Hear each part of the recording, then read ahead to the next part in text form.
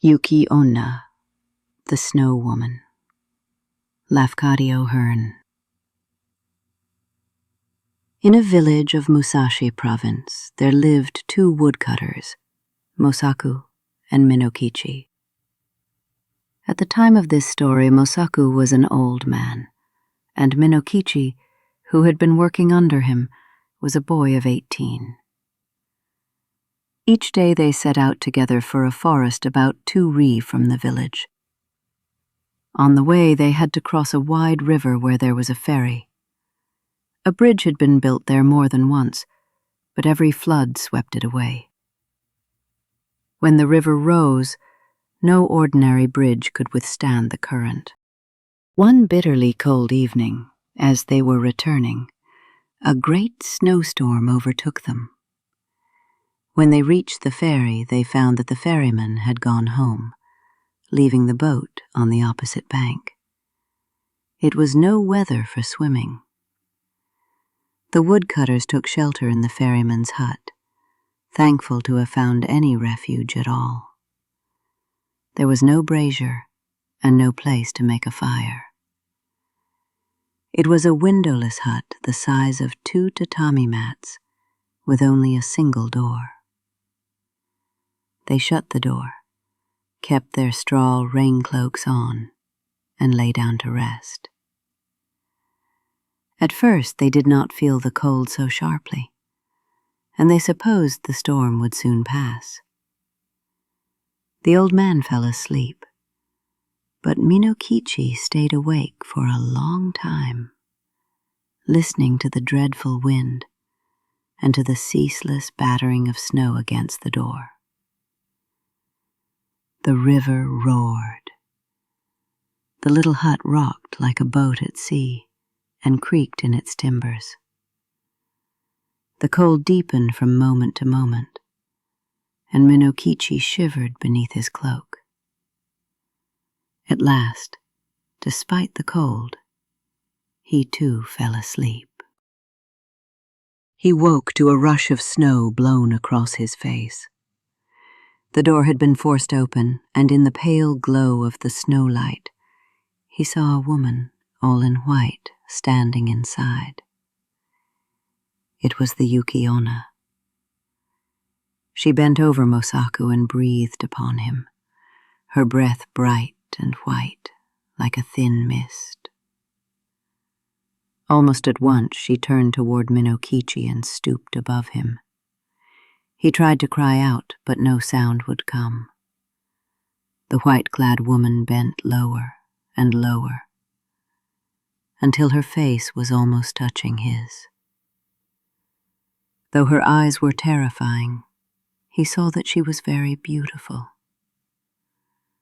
For a while she looked at him in silence. Then she smiled faintly and whispered, "I meant to deal with you as I did with the other. But you are young, and I cannot help feeling pity. You are a handsome boy, Minokichi, so I will not harm you now. Remember what I say. If you ever speak to anyone about what you have seen tonight, even to your own mother, I will know, and I will kill you. Do not forget." With that she turned and went out through the doorway. Minokichi found he could move.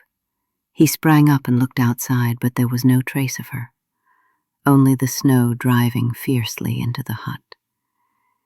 He closed the door and braced it with several sticks. Perhaps the wind had burst it in, he thought. Perhaps he had only been dreaming, and had mistaken the snow-lit opening for the shape of a white woman.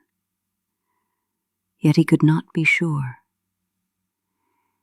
He called to Mosaku, and when there was no answer, he reached through the dark and touched the old man's face.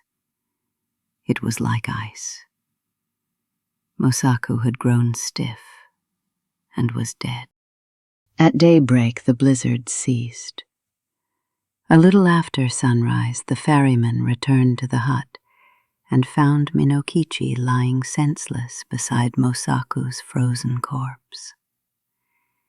Minokichi was revived at once and soon came to himself, but the chill of that dreadful night left him sick for a long while. He was also deeply shocked by the old man's death. About the white-clad woman he said nothing. As soon as he was well again, he went back to his work, going alone to the forest each morning and returning at dusk with a bundle of wood. His mother helped him sell it. One winter evening the next year, on his way home, he overtook a young woman traveling the same road. She was tall and slender, very beautiful, and when she answered his greeting, her voice, like a songbird's, was pleasant to his ear. They walked side by side and began to talk. The girl said her name was Yuki. She told him that both her parents had recently died, that she meant to go to Edo, where she had some poor relatives, and that they would likely find her a place as a maidservant. Minokichi at once felt a strange fondness for this stranger, and the more he looked at her, the more beautiful she seemed. He asked whether she had a betrothed. She laughed and said she had no such promise. Then she in turn asked whether he was married or engaged. He told her he had only his mother to support, and that he was still young and had never yet thought seriously about a wife. After this frank talk, they walked on in silence for a long while. Yet, as the proverb says, when hearts agree, the eyes and lips speak enough. By the time they reached the village, they had grown greatly to like each other. Minokichi then asked Oyuki to rest for a while at his home. She hesitated shyly at first, but went with him. His mother welcomed her and prepared a warm meal. Oyuki's manner was so good that Minokichi's mother took to her at once and urged her to postpone the journey to Edo. As things fell out, Oyuki never went. She remained in the house as a bride. Oyuki proved to be an excellent wife.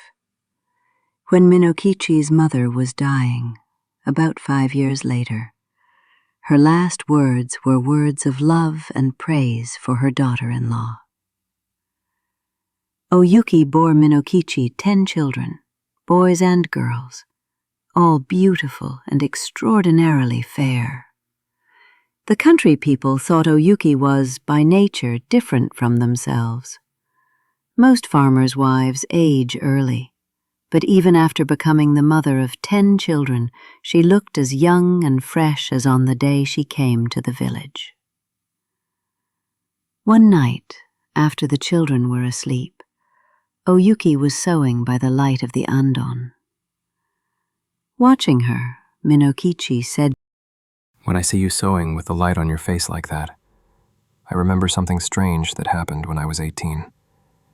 I saw someone then as beautiful and as pale as you. In fact, she looked exactly like you." Without raising her eyes from her work, Oyuki answered, Tell me about her. Where did you meet her? So Minokichi told her about the dreadful night in the ferryman's hut, the white woman who bent over him, smiling softly as she whispered, and old Mosaku who died without a word. And he said, Asleep or awake, that was the only time I ever saw someone as beautiful as you. Of course, she was not human. I was terribly afraid of her, very afraid. But she was very white. I still do not know whether what I saw was a dream or the Yuki-Onna. Oyuki flung down her sewing, sprang to her feet, bent over Minokichi, and cried into his face. It was I. It was I. It was Oyuki. And that night I told you that if you ever spoke a single word about it, I would kill you. If those children sleeping there were not here, I would kill you now. But from this moment you must be very, very good to them. If ever they have reason to complain of you, I will deal with you as you deserve. As she cried out, her voice grew thin like the wail of the wind.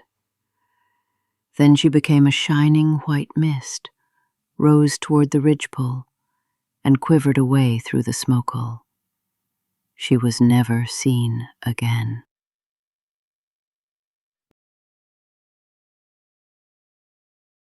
Thank you for listening until the end. For anyone who loves Japanese literature, or just wants calm readings to help with focus, relaxation, or sleep, this channel is for you. Please like the video and subscribe.